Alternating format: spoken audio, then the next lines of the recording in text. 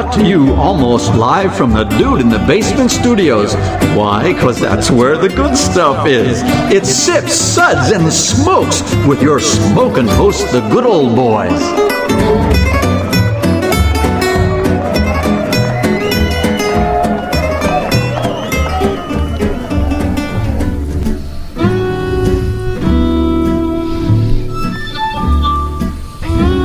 Suds, Suds, Suds. It's time for more Suds.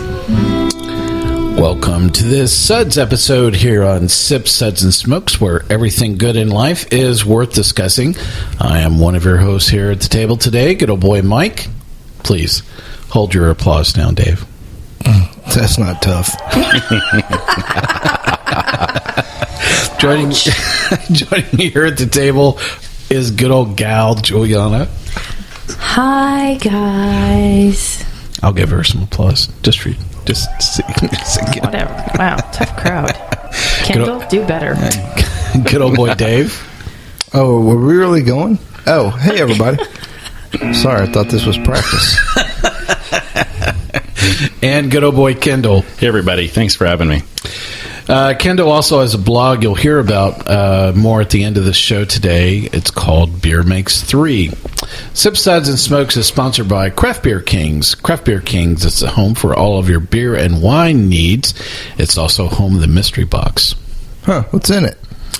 I don't know, Dave. Oh, mystery. Oh, right. Sorry. You can reach them at www.craftbeerkings.com. Well, our Sud segments are all about beer, and definitely more beer. Today is a Brewery Takeover episode on Toy Boat, on Perennial Artisan Ales out of St. Louis, Missouri. Woohoo! Yep. Dave, you got the name right. Now that I got the name right, I'm actually in the right state finally as well. PayPal.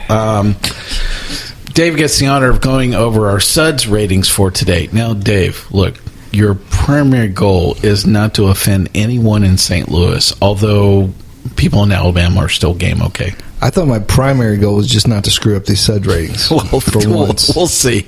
Go for it, man. All right. I'm betting against you. Go ahead. I feel so honored. We'll be tasting and discussing these beers and rating them with our Suds ratings and these signature belching sounds. Here are those ratings now. Number 1, that sucks. Give me anything but a bud. Number 2, was that a belch? Number 3, ah, what a relief.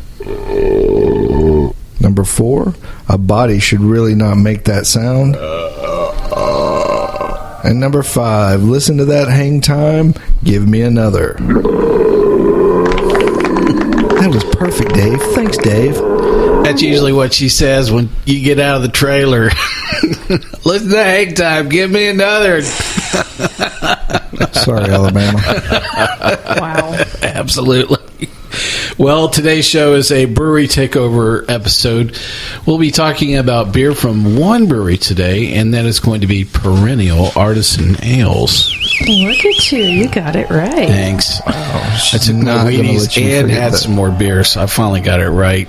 Well, we're going to talk about some background on Perennial, and we're going to be rating beer from Perennial as well as we go today. We have a stellar flight lineup. What do you say, guys? Yes. Yeah, we do. A lot of great beers to talk about. So here is the list of the 7 beers that we have from Perennial. I don't know that we'll talk about all of them today, but we're definitely going to talk about quite a few of these. The first one is Hereafter, Regalia, The Last Word, Saison de Lis, Aria, Peace Offering, Woodside are all of the beers that we're going to get to go through from Perennial. Yay. So, really great lineup from Perennial to go through today. Now, Julieanna, who is the one of great wisdom and vast ability to actually read things without screwing them up, as opposed to me and Dave. What? Mostly me. Why are you throwing me in there? Let's see how that goes today. All right. So please tell us more about Perennial. Okay. And I'm so excited about this. A, because Perennial's got to be one of my favorite breweries in St. Louis. And St. Louis also happens to be one of my favorite beer towns. Okay, enough.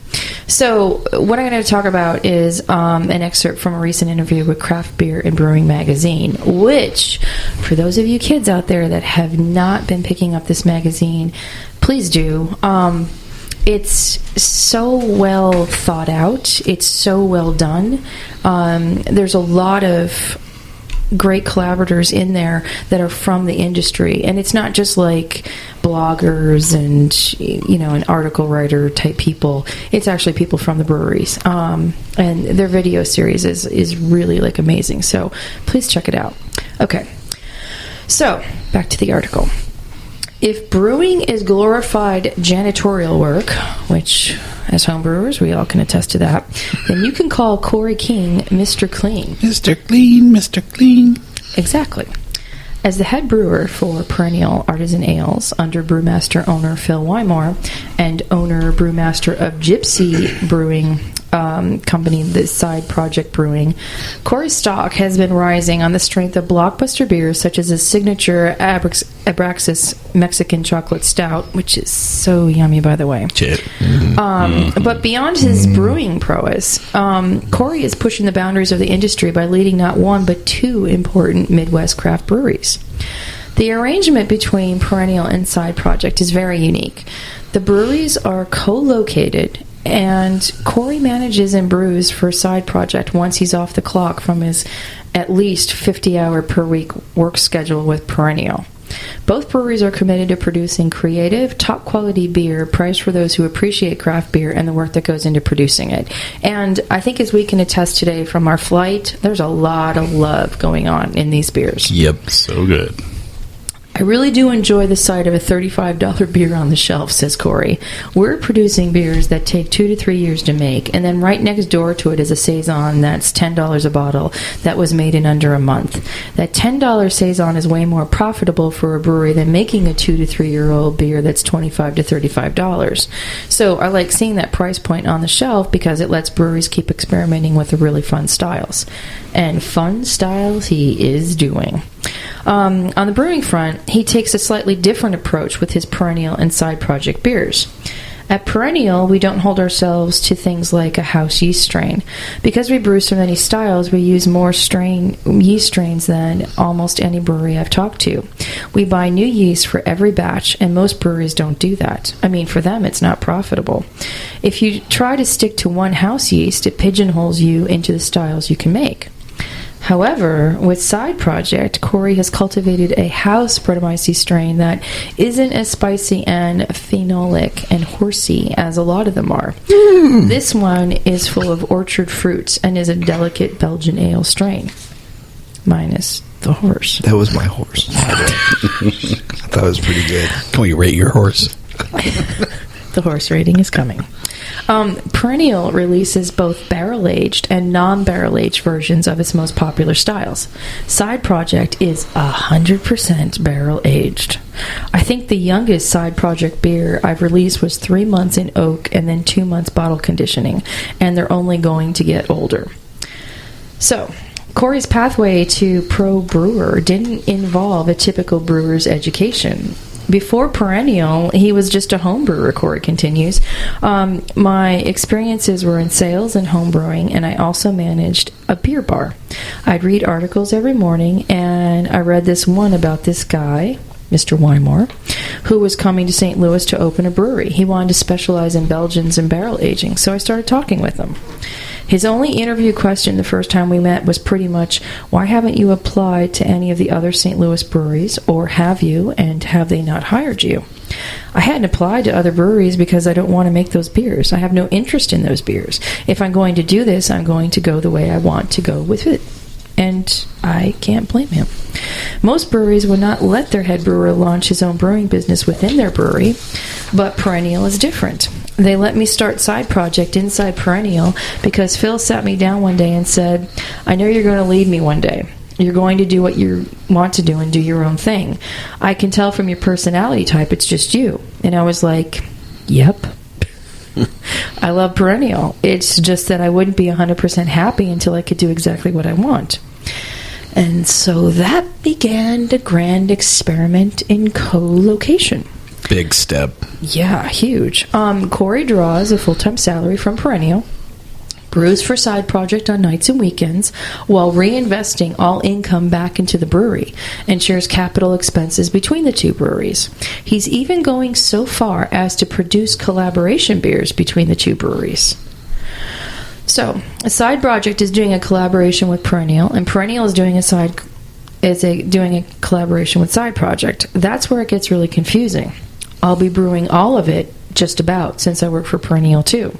The Perennial part is a quad where part of it is barrel fermented in wine barrels and part of it is barrel fermented in whiskey barrels. And the whiskey version is a little bit sour. I'm souring that quad part. For the Side Project version, the entire batch is sour with tart cherries. Oh, that sounds so good. I'm getting hungry or thirsty. For Corey, the measure of success is building sustainable businesses while remaining focused on brewing the best possible beer. I started brewing in order to brew, to follow whatever inspiration or idea that I got at the time, says Corey. It wasn't to build beer brands, it's to make beers. And cheers to that. Perennial's strategy, producing a very limited number of flagship beers, augmented by a constantly evolving lineup of specialties, is a break from earlier craft brewery business models, but one seemingly in tune with the rise of check-in, drive-in-driven culture. We listen to the market and react more quickly than some other breweries do, says brewmaster and co-founder Phil Wymore. That early 2000s model of cranking out a lot of one flagship beer worked fine then, but now we find that each month demand for our new releases increases while demand for our 3 flagship beers shrinks. The next big move for Perennial is installing 3 recently purchased 60-barrel Froders, purchased from a winery in California, 2 for use by Perennial and 1 for use by Side Project. Wymore is excited about what the added capacity means for their ability to get wood-aged beers to more fans. Even with the couple hundred barrels we have for Perennial and Side Project, we're producing less than 100 cases of any of those beers. With that volume, we sell it all when we release it at the brewery, and the only way it gets out of state is through traders. It's going to be nice to produce more so we can distribute it ourselves more widely. Yay to that. But don't worry about Perennial becoming too big too soon. Wymore is adamant about scaling the business organically. We want to grow, but only as much as we can sustain while still producing the quality of beer that we want to produce. So, I had the chance of spending some time both with Corey, Phil, and Emily at a bottle release at Perennial. And it was... the one thing about that last part of the conversation was I don't think that most people realize the general size of Perennial is literally about a third of the size of a lot of other breweries. Their mash tun is 8 barrels. I mean, it is, yeah, it is, I mean, there are some brew pubs that are bigger that you have been into. Sure. The number of fermenters that they even have on site is literally like half. The way that they have the barrels stacked around all over the brewery is just, there is no, spare square inch. The joke that I had is there's actually a boxing a place that's right above Perennial, and I just really thought that they should just buy out the boxing place and just run the fermenters right through the boxing place and stack some higher fermentation tanks through there, because it's an interesting building, but I can see where you can tell that they have just they have used every spare square inch that they have. So Phil and Emily are husband and wife, and the interesting part is, working with your spouse can be a joy or it could be a curse. So I don't know that, a lot of people are always up for that, and I really admire those couples, that can do that. The interesting part about Corey is that Corey and his wife Karen are doing much the same roles and that they have on side projects. So Emily is over marketing for Perennial, and Karen is over the marketing side for side projects. So you literally have two couples that are working side by side and the same roles, with each other. I really had an extended conversation with Emily, and she's very adamant about the size of the brewery and just not, getting bigger. We've had some conversations on some earlier shows that it seemed like every brewery that we've talked to. So what's the plan? We're getting bigger. We're buying more fermenters. We're getting bigger. And that was not the story at all out of Emily. In fact, it was quite the opposite. She was, it was like, we're not getting bigger. We're just going to keep on making great beer, period. So. And cheers to that. I mean, it'll be interesting how that plays out. Yeah. Because, they're not losing their integrity with their flavors. And as we, talk about this flight today, I mean, there is a bounty of flavors. Bounty. Yep. And being able to maintain that batch after batch is, that takes some effort. And then once you start expanding the size, you can lose that. So, yay to them. Well, Kendall has some interesting developments with Phil as well. I recently came back from Chicago, and there I enjoyed a vibrant beer community. Many of you know that Rick Bayless from the famous Frontera Grill in Chicago. Even our own good old boy Mike was honored to join Rick for a day as a guest chef at the more upscale venue, Tupelo Bampo. Rick is expanding his restaurant empire by adding a brewery in Chicago called Cruz Blanca, with none other than Phil Wymore serving as the brewing consultant for Rick. Very interesting. Pretty cool. Definitely. Their first beer is called LaGuardia, which is going to be confusing with the New York airport with the same name. Wait, where's gate 13? You're never going to make it on time. Nope. Be in Chicago walking around. I'm looking for LaGuardia. Dude, you're lost. So LaGuardia is a bière de garde style beer with hominy, epizota, lime peel, and coriander. Epizota, for you gringos, is a common herb used in Central America, mainly used in Mexican tea. That's right. So, you gringos, when we get the farts, we have epizoto. You take a Tums, we have this epizoto. That's what we eat. That's very good. No more farting. Wow. Just got banned in Mexico. Yeah, that's right. And the bands continue. Yep. Would you call that a fun fact? Or just a really bad impersonation of a Latino? Anyway, we just lost an entire demographic right there in 15 seconds. Yeah. Thank you. Dave has another fun fact. Aren't all of the facts from Dave fun? Can't spell fun fact without Dave. All right. That's a word. That's a word. So what is the Chicago connection with Phil? Anyways, right? He is a Blackhawks fan?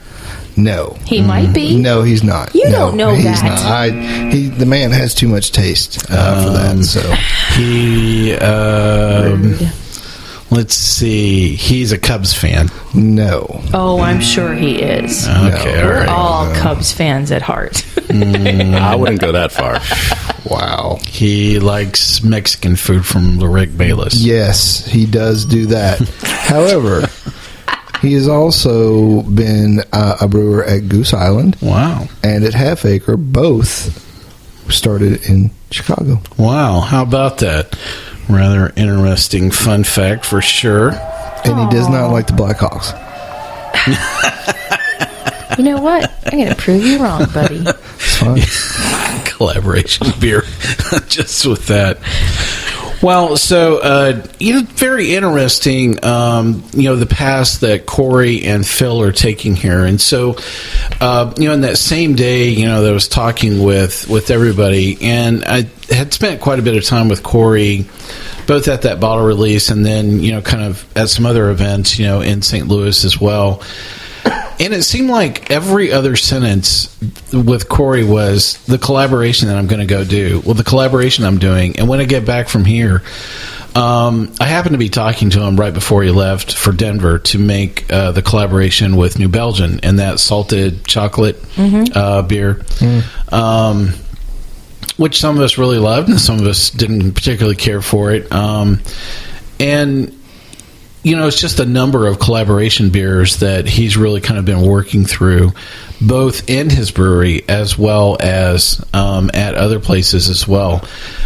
I remember him talking about Jeppe coming to Perennial and the two of them working on an Evil Twin collaboration. It just, the pep and, his discussion was just really, you could tell that he was not just excited about working with them. He was actually excited about the time that the two of them were going to spend together. So, I don't know a lot of brewers that always look forward to, collaborations quite the same way, with that measure of enthusiasm. So I've also had the pleasure of spending a little bit of time with the head of marketing for Side Project. It is Katie Herrera, who is actually part of a common group called Femme Ferment. And so this is a women's brewing community there in the St. Louis area. So Emily is part of that same group. And it's just a really great group. I really hope to have them on the radio show at some point in time. That'd be cool. Yeah. Very good. We've just kind of missed each other in some scheduling, and so I really hope that this will maybe we'll have them back on. That would be great. Well, hopefully you've enjoyed this background information on Perennials so far. We're going to take a quick break here, and we're going to come right back, and we're going to get to tasting and rating some beers. So we'll be right back.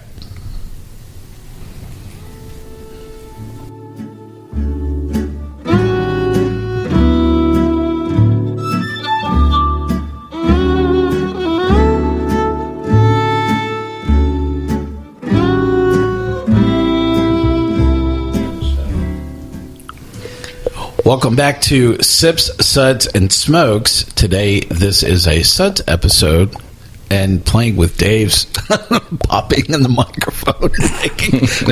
Is that like water dripping? Is that what that is? You can't prove it was me. Hang on a second. Let me shut your microphone off. We'll see. I'll take care of that. Does your horse need water? Anyway, today's a Brewery Takeover edition on Perennial Artisan Ales. We've enjoyed some background material on Perennial.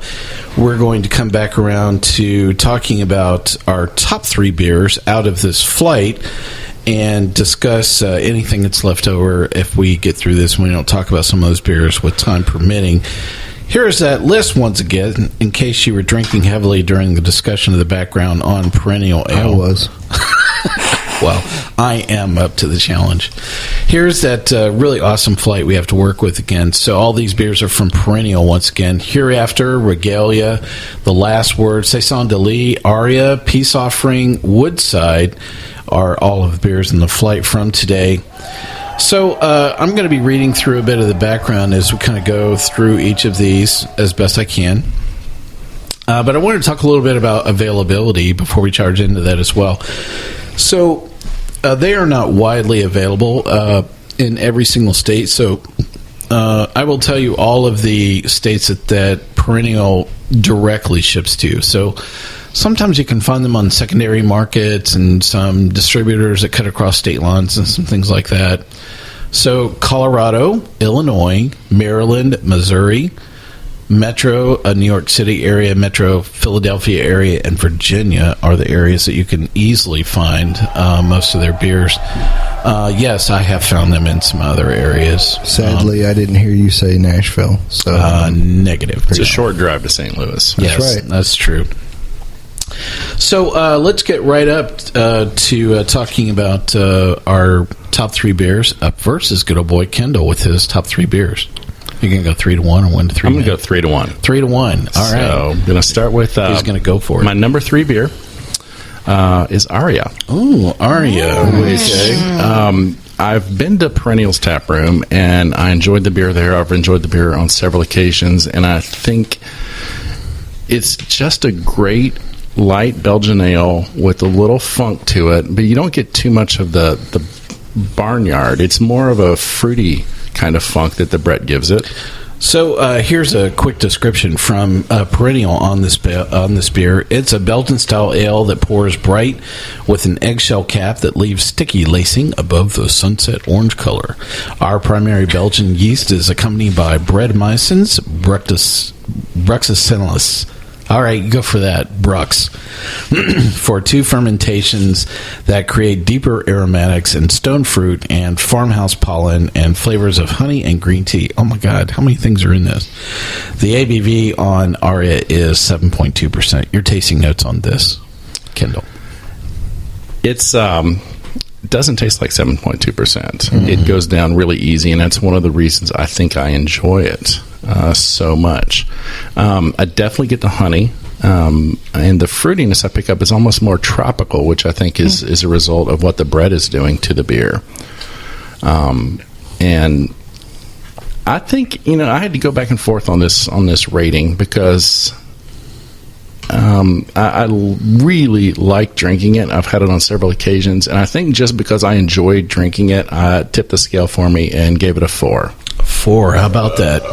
A body should really not make that sound. Interesting choice right off the bat. What's your number 2 pick? Number 2 is Peace Offering. Ooh, Peace Offering. Well, we'll have a lot of conversation about this today. So this particular beer, let me get the commercial description in front of me. One more second. Is going to be an American brown ale brewed with a few hundred pounds of maple roasted Missouri squash. The brewers also added cinnamon and cloves to make this beer a perfect companion to hearty dinners or a seasonal dessert. The harmonious marriage between spices, squash, allow this beer to remind you of best qualities that arrive in autumn. The ABV on this is 6.3%. Your tasting notes on this, Kendall? 4 words. Thanksgiving in your mouth. Is this a Pilgrim Pride? I was every time I was drinking this, I kept thinking, boy, I wish I had some turkey and cranberry and stuffing right about now, because this would pair really nicely with Thanksgiving dinner. I'm not a fan of most fall beers. I think they're overdone. There's so many of those cloves, cinnamon, nutmeg, pumpkin, squash that I think they just are a little too much. They're not soft. Good old boy Kendall, my newest bestest buddy. The man that can only have 3 Oktoberfest beers just with me. And so to have a beer with squash and cinnamon and some of those flavors that I enjoy really got my attention. And I'm thinking if I could get a bottle of this right in time for Thanksgiving, I'm going to pair those up. Shoot, yeah. So I'm going to go with a 4. A very strong 4. A body should really not make that sound. Interesting first 2 choices and your number 1 pick.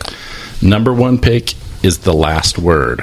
Oh, The Last Word. How about that? Which I'll describe as a delicious slice of key lime pie. Definitely.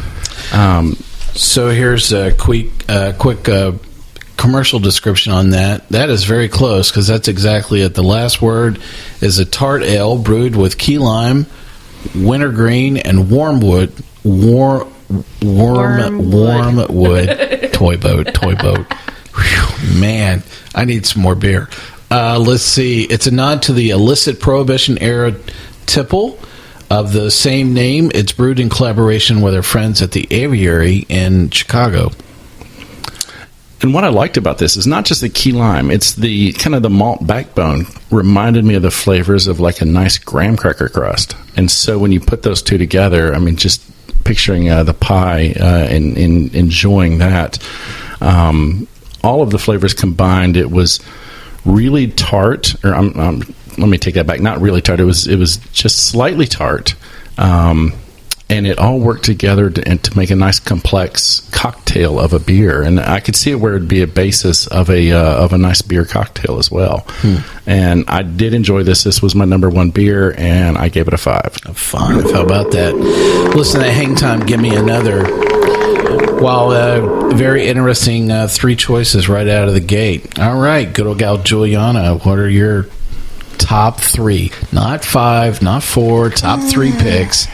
Let's see if you can narrow it down. Dave, place a wager. Don't hold your breath. I got 1750 that it's going to be 3.5 picks. She's going to have at least a couple of number 3s. The only thing I feel safe in saying is that it won't be more than 7.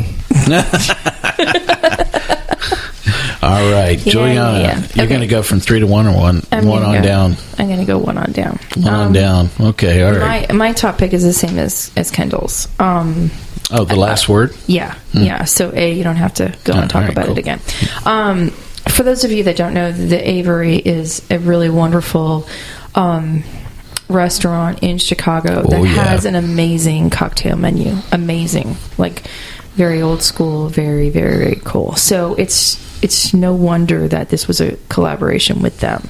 That being said, this has got to be one of the best cocktail beers I've ever had in my entire life. It is just it is beautiful, and it is everything that Kendall said it was. And this one I give a 5 as well. Wow, how about that? A 5 as well. Listen to Hang Time, give me another. Hey, here's a fun fact. Do you know what the last word is in most English dictionaries? Zymergy. There you go. Wow. Mm-hmm. See, I know stuff. Yeah, we're banned from somewhere. I don't know where it is, but Banned from the dictionary. Dave's in a special place. He is. Dude, I wrapped it all up for you guys. I put it right there on the plate. I know, I hit it out of the park. Your next beer, Julieanna. My next one, just because it gave us so much pleasure while we were tasting it, is Regalia. The Regalia, or otherwise known as the Old Faithful. Party wrecker. So, it is. Let me just tell you folks here for a second. So, we opened the bottle, and of course it gushed. And we were extraordinarily surprised because it was the only one that gushed in the flight. But then afterwards, we put a top on it, and the top would not hold it back. It popped its own top. There's no quitting that beer. There's no quit. Open at your own risk. So here is the commercial description from Perennial on Regalia. Inspired by the rustic farmhouse-style saisons of southern Belgium, Regalia is brewed with barley, wheat, and spelt, and fermented with Brett, Brux, and more Brett. And it's a sturdy malt character, supports the complex array of flavors that the yeast provides and will continue to develop over time. The ABV for Regalia is 8.5%. You're taking notes on Regalia. How is spelt? Where's your dictionary? What's the last word? Zymergy. All right, Dave, we're going to give that one for you. Oh, boy. I really enjoyed this beer. I think, because these two Brett strains are not commonly used together, so I thought, wow, this is really neat. But it was also like a great combination of barnyard funkiness that we all know and love, as well as like this great fruit blend, if you will. I mean, I was getting like bananas, but in a cool way bananas with it. And I just thought, what a great beer. Even if it gave us funky pleasure to watch as it kept gushing out. Old Faithful. And I gave this puppy a 4. A 4. A body should really not make that sound.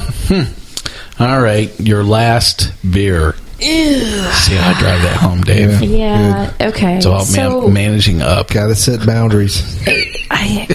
This was so... It's a 1-hour show. No, this was so hard. This was really so hard.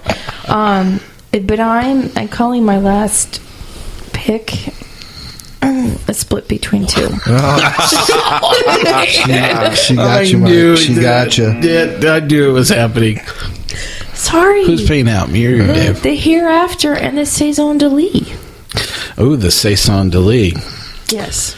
All right. I think we introduced that already. We did not. Didn't. All right. It We was did the not Aria that we introduce did. either. All right. Yes. So Saison de Lis, a straw-colored Belgian-style saison brewed with chamomile flowers. It is fermented with a traditional saison yeast strain that imparts fruity and spicy notes that dovetail perfectly with the tea-like quality of chamomile.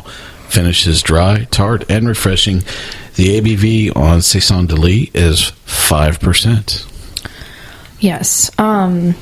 Beautiful beer. And so light. I mean, I almost want to group it with the lawnmower grouping of beers, because this one you could pull back a few of these. And for those that are like kind of Grateful Dead-y type of fans, you guys would like this because of the chamomile tea in it. No. I just made it up. Where's the dictionary? Well, or the Bonnarooites that are amongst us. But I feel the word juggling coming on. Yeah. No, so I really like that. Now, in the same vein, the Hereafter, I was just as good, but in a slightly different way. The pear in this I thought was particularly yummy, and a pear saison-y type of thing. I just thought, wow, this is a really good, easy drinking beer, but not one that one would expect, if that makes any sense. And both of these kids, I gave them a 4. A 4. Yep. For Saison de Lis. What was the other beer? The Hereafter. The Hereafter. Yes. All right. Which I don't believe we've introduced yet, have we? No, we didn't. I don't know why you left them out. No, I just thought you were going to talk about them both at one at a time. Yeah. So, Perennial, this is a collaboration with Penrose, and it's called Hereafter. Here's the quick description on Hereafter, very, very quick. It's basically just a Belgian style brewed with white sage and pears. So that's why you're picking up so much of the pears. The ABV on Hereafter is 9.3%, and also you gave that a 4 as well. Yeah, and that one does not taste like a 9% either. No, not at all. Well, if we can pick 4, I would go with the Saison de Lis. Those are my favorite sound effects. Well, so next up is good old boy Dave with your top 3 picks. What's the point? I mean, she's already talked about all the beers. I think there's one beer that's not been talked about, which I will talk about. Woodside. Cool. How about Woodside? Sure. Wait, hold on. You sure you don't want to talk about that one too? I did like it though. Yeah. I did. Yeah. She's going to hog it all. All right. So, Perennial Woodside. Here's the description from Perennial. It is. Woodside Triple is a bright, crisp Belgian-style triple brewed with local Woodside urban honey from Maplewood, Missouri. The ABV on this is 9.1%. Dave, your tasting notes on Woodside. It's very nice. I think the honey came out more when it was colder than it does now. I think the yeast flavors really start to become more prominent as the beer warms. We were talking earlier, do they ever add extra sugar to a triple, or, would that be more strong? That was my question. Yeah, I don't know. I think adding the honey, it's one of those, bringing in local ingredients and making it a more locally neighborhood kind of focused beer. So I'm a fan of that. I think it had pretty good even flavor, and I don't think it drank like a big beer. I think it was pretty easy to drink. I gave it a 3. A 3. What a relief. What else was in your top 3, Dave, in your Suds ratings? Well, let's see. Juliana stole all my stuff. I do think it is definitely worth time to mention the last word again. Far and away the best beer of the flight. The most complex, the biggest flavors. There were so many layers to that beer, and as it warmed up, it continued to change in different characteristics. No, this is my time. Sorry. I know, but I'm agreeing with you. Yeah. Different characteristics continue to come out of the beer. I gave that one, I gave it a 5. A 5? How about that? Listen to Hang Time. Give me another. Let's see. I'm not going to talk about that one because it's already been discussed. I just got to say the word wormwood again. Yeah. I will say a note about the Hereafter. I think the sage and the pear, usually a lot of times when you use something like sage, it's very easy to get heavy-handed with it and it can overtake the whole beer. I think they use just enough to match with that pear, because pear is a very subtle flavor. Yeah. But it did come out, and it equaled out with the sage very well. So I was a fan of that. I gave that one a 3 as well. 3 as well. Oh, what a relief. All right. Well, sounds good so far. So we've gone around and covered some of our tasting notes on this flight. We're going to take a quick break here, and then we'll come back. We'll have some more tasting notes from good old boy Mike, as well as some more discussion about Perennial Ale. We'll be right back.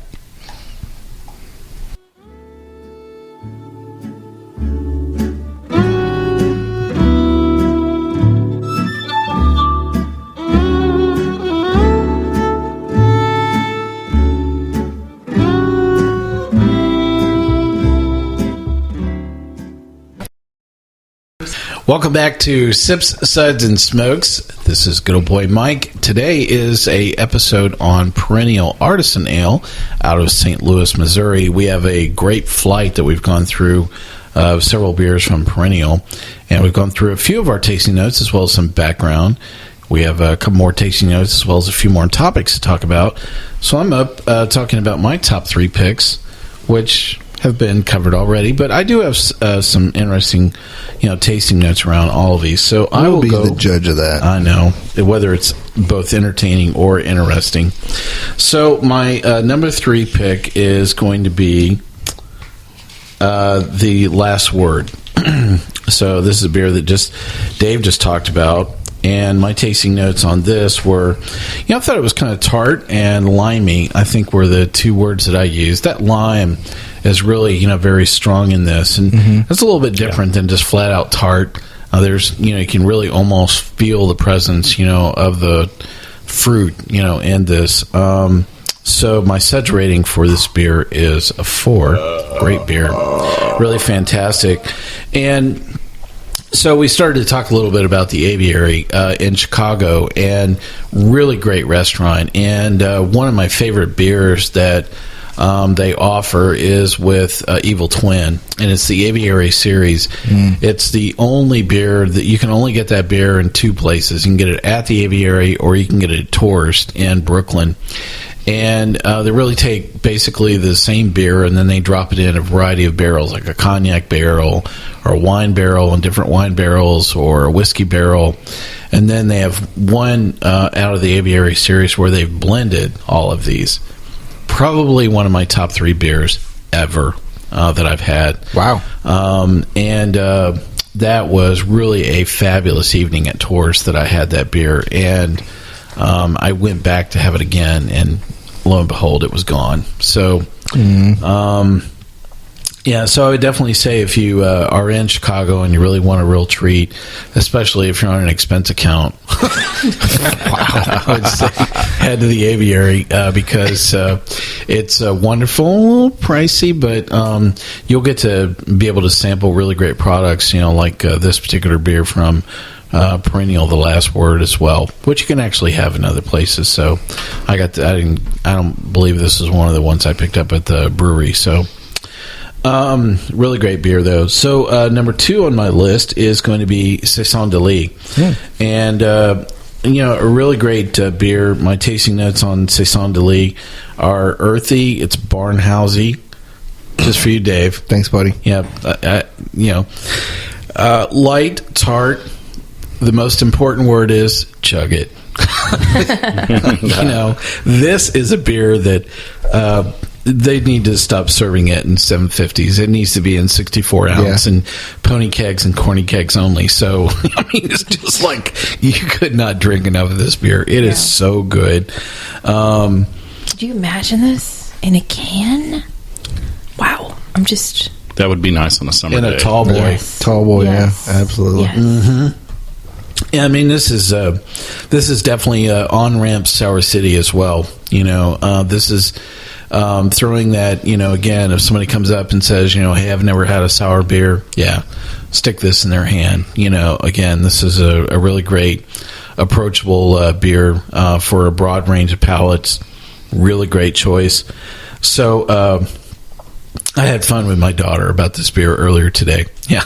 So, like 4 years of French. She's been in country, and so I asked my daughter, and I said, what does Saison de Lis mean? I mean, I know it means season, but I don't know what de Lis means.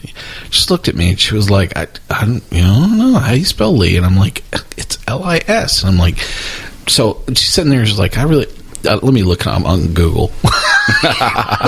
So it's like literally tens of thousands of dollars of college education flush right there in the Google search, and I'm like, it's the season of the lilies, babe. It's like, oh yeah, that's right, Dad. And I go, yeah, it's right here on Google. So I had a lot of fun with her about it. That's sweet. That's right.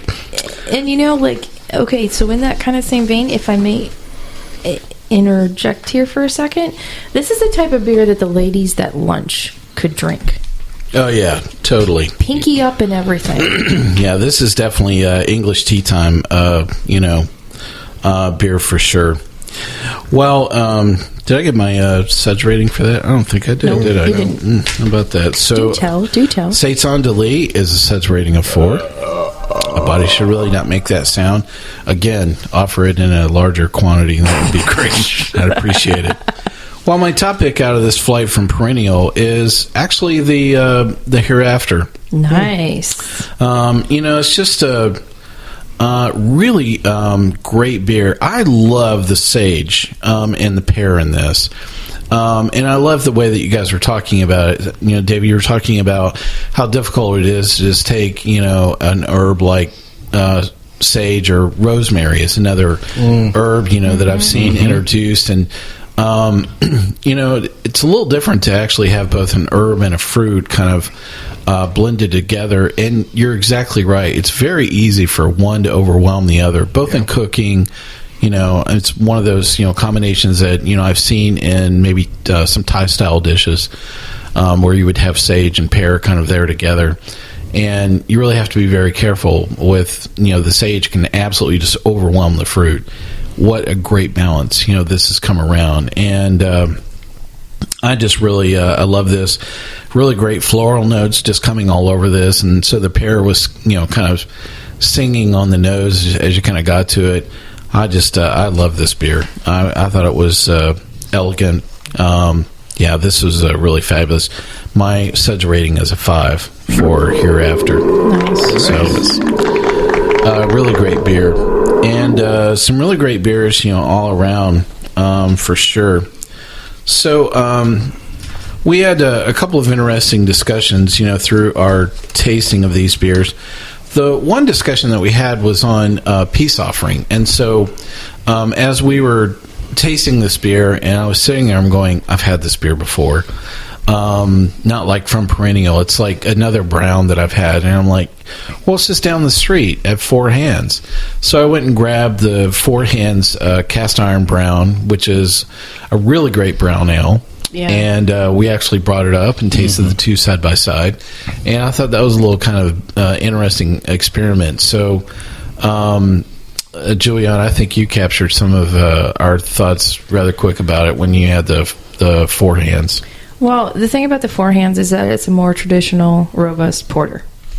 That being said, there are the hints of the cinnamon in it. The only difference with the peace offering is that it's got a little bit more of the cinnamon spiciness than the Four Hands. But, I mean, they can be inbred sisters or brothers. Yeah. And then Dave said if you add what?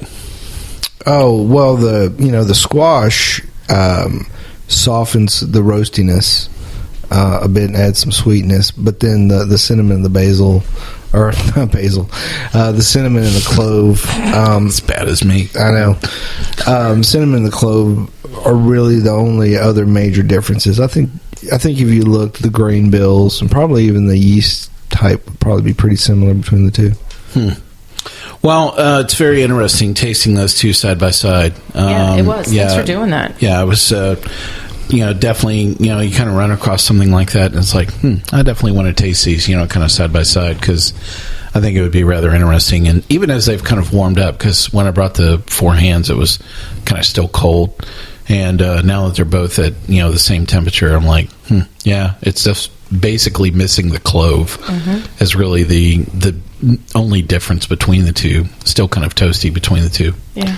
Yeah, sometimes you've got to wonder in the same town when the brewers get together, and have a beer and they talk about their secrets. Yeah, hey, what you put in gets this thing? cross-pollinated and spread around among the breweries. Yeah. Well, I think that Four Hands Brown has been around for a long time. It is one of their perennial beers that they offer up at Four Hands, and it is one of my favorite browns. I think it's really great. I'm glad it's widely offered. I mean, you can get it in grocery stores and stuff. Am I one of your other favorite browns? We'll work on that, Dave. Hey, now you're not the only brown in the room. That's for sure. There are a few other topics that we have a little, time for here. So definitely this deal, with that Corey has, with doing side project right there. I mean, could you imagine anybody else doing that? Well, it's a brilliant idea because It's brilliant personnel management. Yeah, you don't want your head brewer to leave to do his own thing, so you let him do his own thing on your equipment. Helps you pay your bills. Keeps him happy. It's win-win. It's pretty genius. It's so difficult to keep partners on the same page. We've all heard of breweries where 2 or 3 guys go in, and 4 years later, only one's left. Yeah, Sure. Yeah, this way everybody does their own thing, but they're at the same place. So pretty cool. So if you had to pick a collaboration that Corey and Phil should go do, who would you nominate for them to go do a collaboration with? I want them to talk to the guys in Philly at Tired Hands. Huh. Yes. I think that would be really intriguing because me being a Pennsylvania girl, I'm all about, Pennsylvania beers. But what I love about Tired Hands is that they're continuously evolving. They have 2 beers on tap that are always the consistent, but they're always doing these crazy one-offs with these crazy ingredients. And I think that collaboration with Perennial, who also goes and thinks outside of the box, will come up with something fabulous. Corey, you hearing me? I hope so. Yeah. Anybody else? I would say, just to keep it kind of a local deal, Calf Killer. Those two guys, most people haven't heard of them, but they're really Dave and big. Don out of Sparta, Tennessee. That's right. They brew a lot of their beers with stuff they find in their yard. And so and I think barrel aging, going on at Calf Killer, and I think that would be not yet. Yeah, I think that would be the interesting choice with them. So a little bit of side note. First time I ever had breast milk stout was yesterday with one of the brewers from Calf Killer. Nice. Yeah. Wow. Yeah. So I thought it was utterly ridiculous. But I doubt it. So, any collaboration you can think of, Kendall? Yeah, I was thinking keeping it in the Midwest and getting them go over to Indiana and brew with Upland. Oh yeah. Huh. Yeah. That would be That'd be cool, too. that would They be do interesting. some really interesting sour things there in southern Indiana. So They do. They really be curious what they could do together. Yeah, that would be a very interesting choice. I'd love to see the Blend Master at Cascade and Corey hook up. Ooh. Yeah, so And now for an $80 bottle of beer. absolutely, yeah. That was probably the one that I thought about would be, because that artistry of blending is not something that is for the faint of heart for the average brewer. They're so concerned about infusing all the flavor on the front end in the mash tun or in secondary fermentation.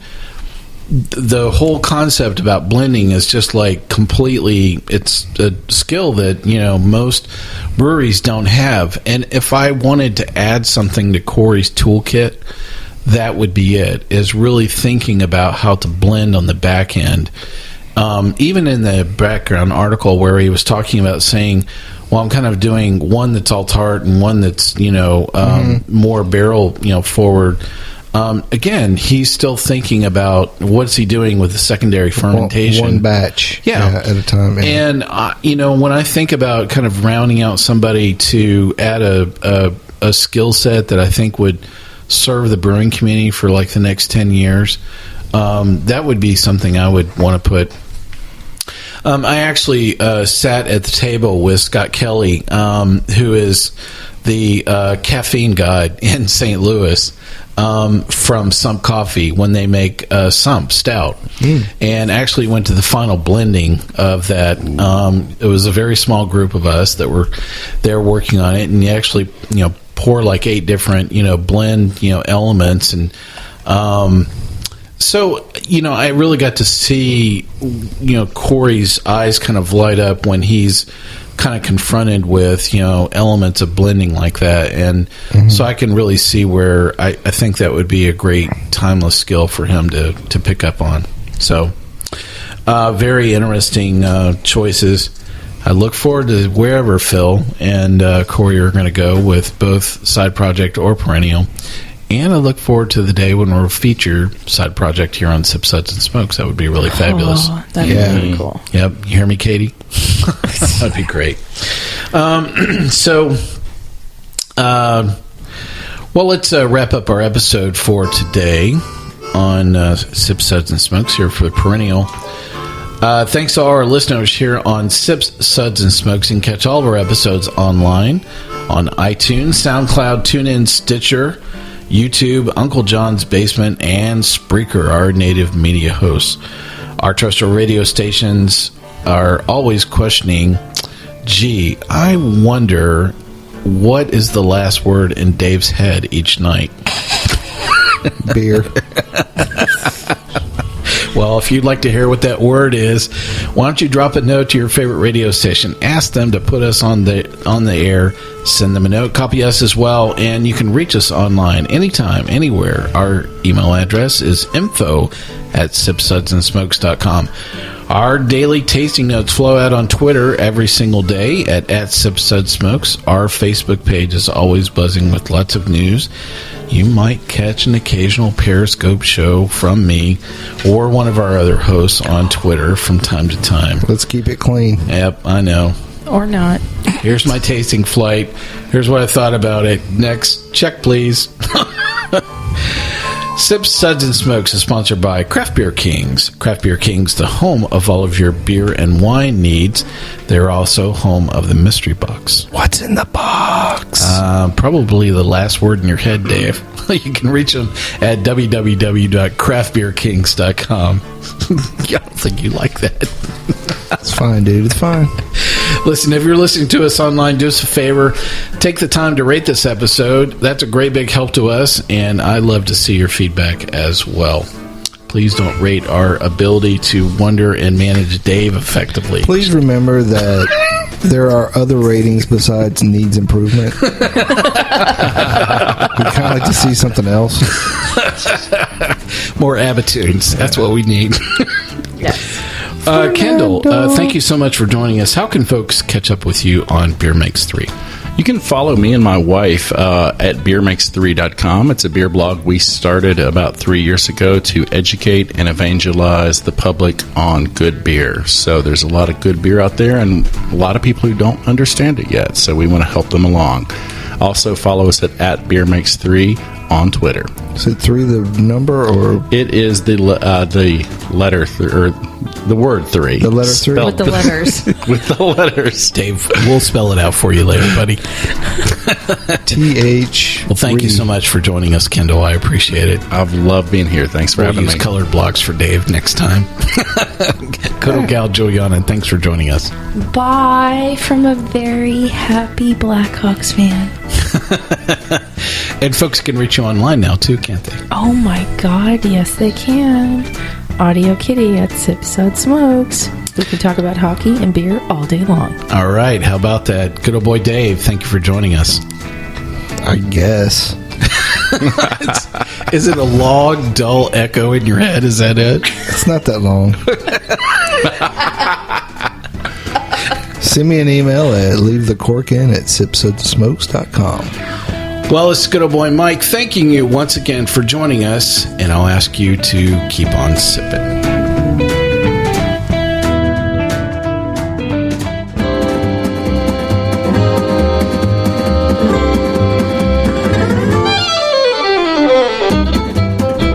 This has been a One Tan Hand production of Sips, Suds, and Smokes, a program devoted to the appreciation of some of the finer slices of life. From the Dude in the Basement Studios, your hosts, the Good Old Boys, will see you all next time.